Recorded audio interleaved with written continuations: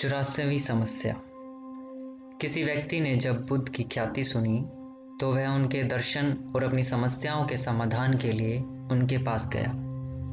जैसा हम सबके जीवन में प्राय होता है, वह किसान भी अनेक कठिनाइयों का सामना कर रहा था। उसे लगा कि बुद्ध उसे कठिनाइयों से निकलने का उपाय बता देंगे।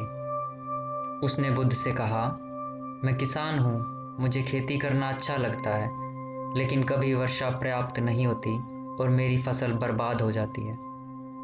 पिछले साल हमारे पास खाने को कुछ भी नहीं था और फिर कभी ऐसा भी होता है कि बहुत अधिक वर्षा हो जाती है और हमारी फसल को नुकसान पहुंचता है। बुद्ध शांतिपूर्वक उसकी बातें सुनते रहे। मैं विवाहित हूँ, किसान ने कहा, मेरी पत्नी मेरा ध्यान रखती है, मैं उससे प्रेम करता हूँ, लेकिन कभी कभी वह मुझे बहुत परेशान कर देती है। कभी मुझे लगने लगता है कि मैं उससे उकता गया हूँ। बुद्ध शांतिपूर्वक उसकी बातें सुनते रहे।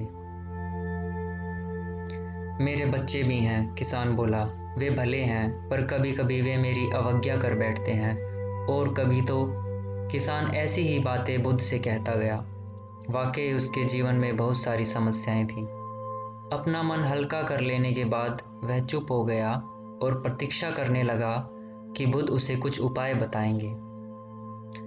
उसकी आशा के विपरीत बुद्ध ने कहा, मैं तुम्हारी कोई सहायता नहीं कर सकता। ये आप क्या कह रहे हैं? किसान ने हतप्रभ होकर कहा। सभी के जीवन में कठिनाइयां हैं, बुद्ध ने कहा। वास्तविकता यह है कि हम सबके जीवन में 83 कठिनाइयां हैं। मेरा, तुम्हारा और यहाँ उपस्थित हर व्यक्ति का जीवन समस्याओं से ग्रस्त है।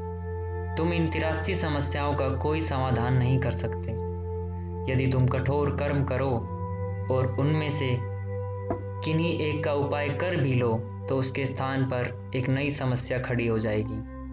जीवन का कोई भरोसा नहीं। एक दिन तुम्हारे प्रियजन चल बसेंगे, तुम भी एक दिन नहीं रहोगे।